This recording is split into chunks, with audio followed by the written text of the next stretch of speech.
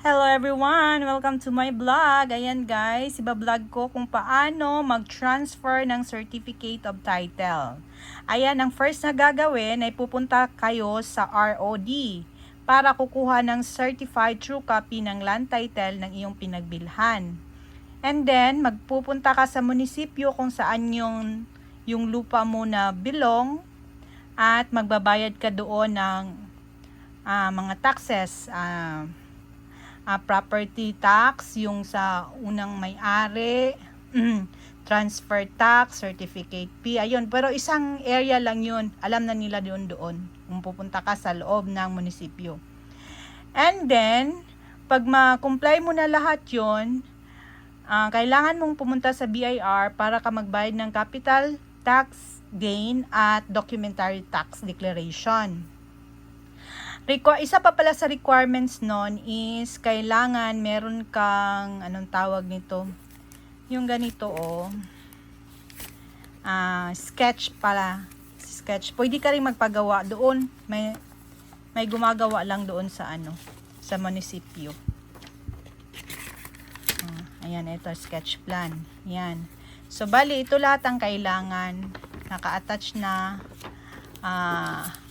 tax declaration, real property, ayan pa rin, certification.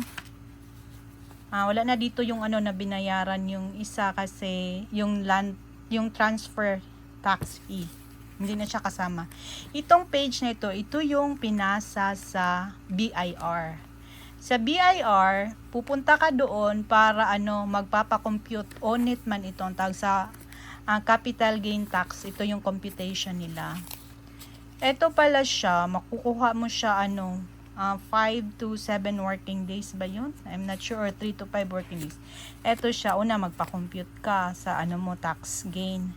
Tapos, syempre, kung may pera ka na, pagkatapos mong magpa-compute, pwede mo na agad siyang bayaran. At bayaran mo siya sa sa bangko. Sila magsasabi sa land bank ka magbabayad. Ayan. Babayaran mo doon ang documentary, stamp, stamp at saka capital gains doon sa bangko. Tapos, after 3 days o 3 to 5 days, kasi i-verified pa nila yung payment mo kung talagang pumasok. At pag pumasok na yung payment, babalik ka ulit doon sa BIR para mag-apply ka ng e-car. Application of e-car, after I think 3 to 5 days na naman na antayin, makakuha mo na yung e-car. Yung e-car is isa yun sa mga requirements para dalhin mo ito sa ROD para application sa transfer of land title. Ito siya, dapat hindi ito siya mawala. Yan ang original.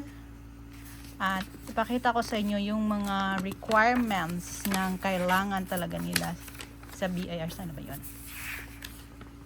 Siya. Ito yung mga kailangan para sa e-car. Ayan. Yung mga na-check, yan yung mga pinasa ko doon. So, sakto naman yan. So, nag-antay na lang para doon sa verification ng payment. Pagkatapos nun, magbabayad na sa ROD para sa transfer sa certificate of title. Yun lamang. Thank you so much for watching, guys.